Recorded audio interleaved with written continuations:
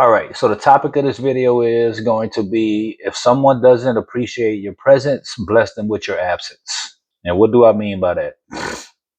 So if you're anything like me and you had a life like I had before I started to get fit and started to lean myself out, started dedicating myself to the gym, started becoming consistent, started becoming disciplined, started initiating good habits into my life, started eating better, started taking better care of myself, started taking better care of my business, started taking better care of my hygiene, started taking better care of my grooming, getting haircuts on a regular, shaving when I'm supposed to, smelling good, and doing all those type of things. You will have people in your life that will be disrespectful towards you, that will take you for granted, that will lie to you, that will waste your time, that will treat you like a sucker, that will do all these things to you that are very disrespectful. So, what you do with that is, what I did was this. So, I was involved in a situation where someone continually took me for granted, continually didn't appreciate my presence, only was around to use me for what they could get out of me and then disappear on me again. And then after whatever they was doing was finished, come back into my life and use me again until I was used up and then do that. And then the vicious cycle just continued. And I'm not a victim because I chose to be a willing participant in it so that I was not a victim. I'm not trying to sit here and sound like a victim.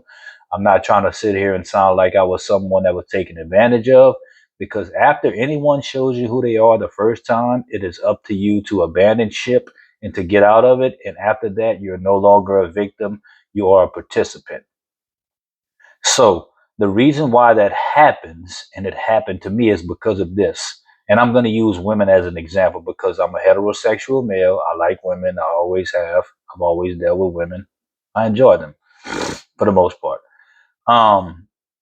So if you're out of shape, if you're not in good shape, if you're not basically objectively attractive, you're not taking care of yourself, and then you perhaps just somehow, some way, magically end up with an attractive woman, you're going to do everything you can to keep her around, no matter how bad the disrespect gets, no matter what you have to tolerate, no matter what's going on, no matter what the issue may be, no matter how much this person disrespects you, discards you, devalues you, or anything like that, you're going to hold on for dear life, because in your mind, you have a scarcity mindset, and your mind is telling you, because of your situation and because of your physical fitness and because being overweight, your brain is going to tell you, I must do everything that I can to hold on to this person because I may never get a chance to get someone like this again.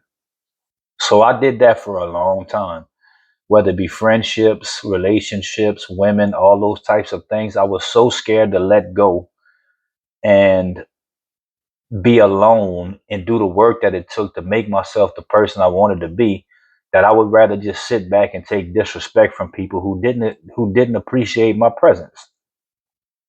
So if I wanted to become respected, I had to become someone that I respected myself, like I said in my previous videos.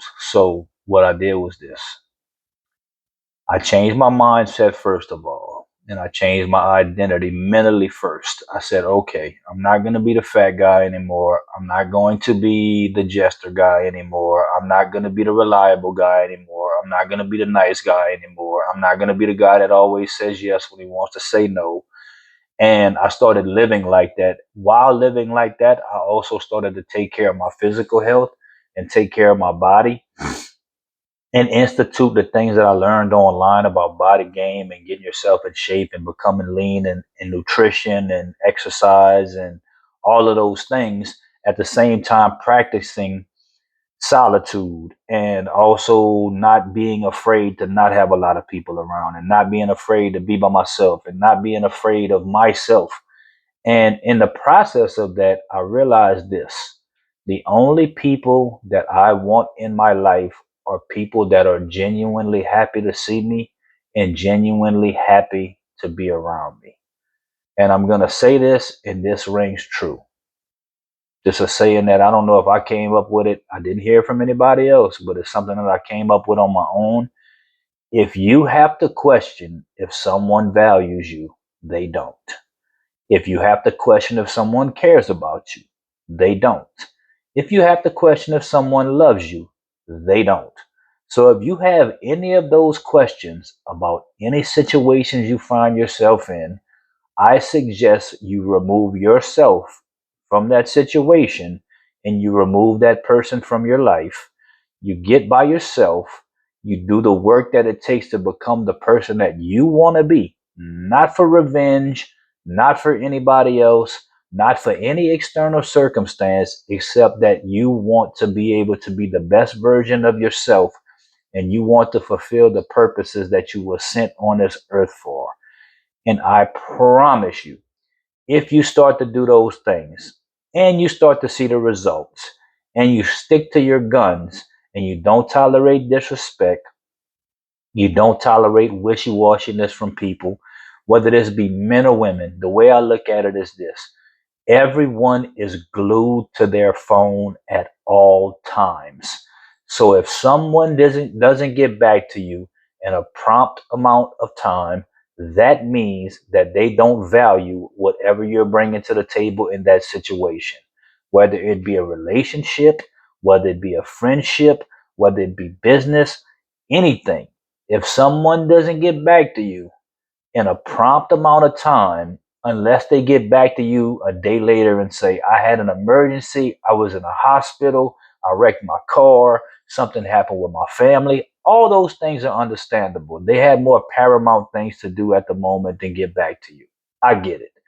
But if somebody just gets back to you like they would have gotten back to you promptly, but it's been 4 days, they literally don't care. So this is what you do in that situation.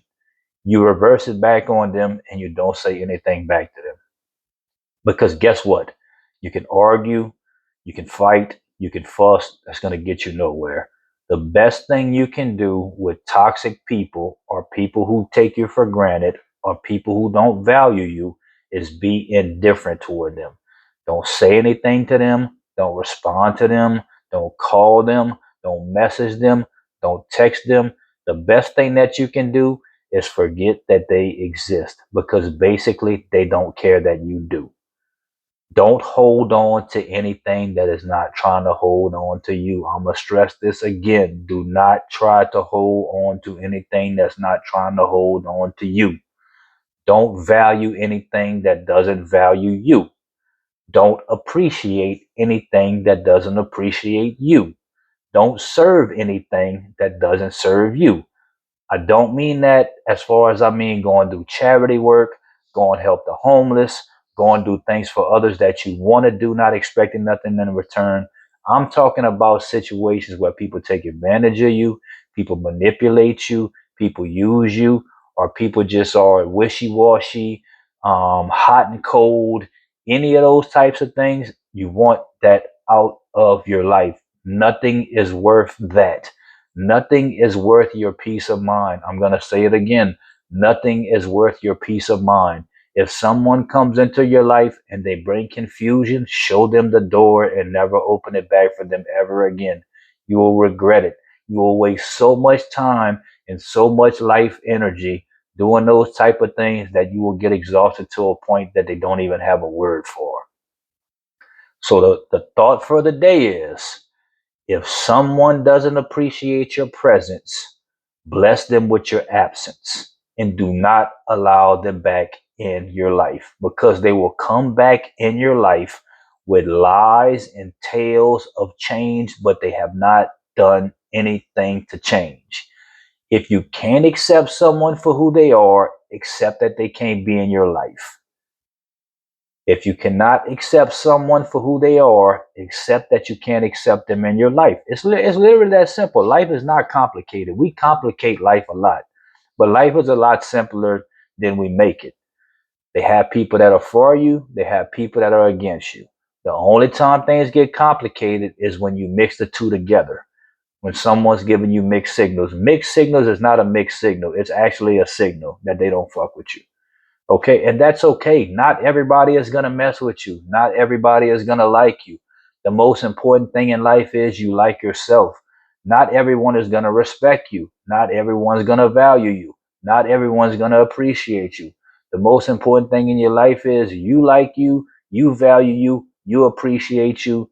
And when you get comfortable being alone and being by yourself and not needing validation and not needing approval from other people, you will realize that the energy you bring to other places is inviting and people want to be in your life.